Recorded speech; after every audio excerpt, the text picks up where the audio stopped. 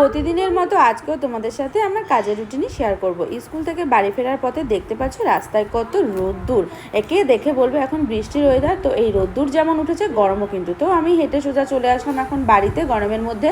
আর বাড়িতে এসেই কিন্তু আমার এত জল তেষ্টা পেয়েছে, যেহেতু বাইরে প্রচণ্ড রোদ্দুরের তাপ ছিল, তাই জল খেয়ে গলাটাকে ভিজিয়ে নিলাম।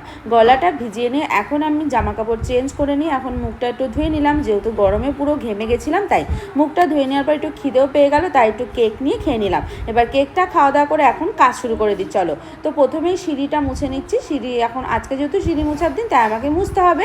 আমি সিঁড়িটা সকালবেলায় মুছে যাই, সকালে যেহেতু বেরোতে একটু দেরি হয়ে গেছে তাই মুছে যেতে পারিনি।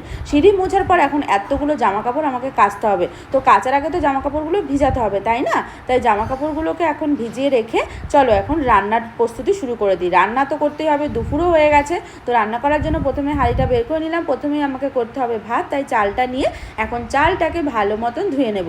ধুয়ে কিন্তু ভাতটা বসিয়ে দেব। গ্যাস ধরিয়ে আমি এখানে ভাতটা এখন বসিয়েও দিলাম। তো ভাত বসাতে বসাতে দেখো কিছুক্ষণের মধ্যে কিন্তু আমার ভাত টকবক করতে ফুটতে শুরু করে দিয়েছে।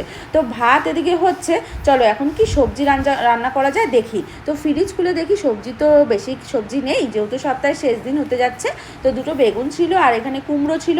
বেগুন, কুমড়ো, পটল, ভেন্ডি নিয়ে নিয়েছি। এগুলো আমি করব ভাজা। তো রান্না বেশি কিছু করতে ইচ্ছা করছে না বললে তো হবে না, রান্না এদিকে শুরু করে দিচ্ছি।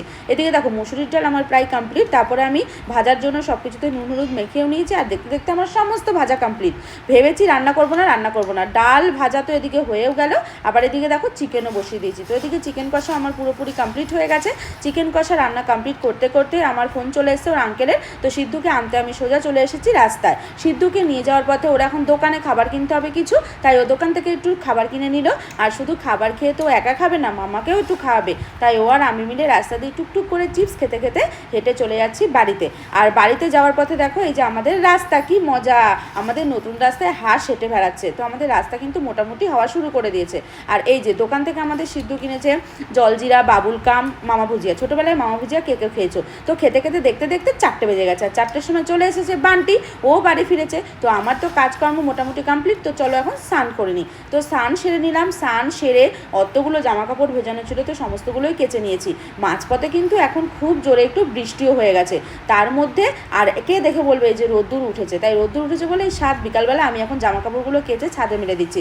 যাই হোক, শুকাবে না কি হয়েছে, তাতে জলটা তো ঝরে যাবে। তারপর দেখো আমি এখন একটু নিজের স্কিন কেয়ার করার জন্য টোনার নিয়ে নিলাম। টোনারটা একটু মুখে মেখে নিয়ে একটু রেডি হয়ে নিলাম দেখো পুরোপুরি। তো এখন চলো খেতে যাই। খেতে যাওয়ার আগে একটু তোমাদেরকে আমাদের গাছে জবা ফুল ফুটেছিল সেটা দেখিয়ে দিলাম। পুজো আগেই হয়ে গেছে, একটা ফুল ছিল তাই তোমাদেরকে দেখিয়ে দিলাম। তো এখন দুপুরের খাবারের মেনুতে কি ডাল, 5 রকম নানান রকম ভাজা ছিল আর চিকেন।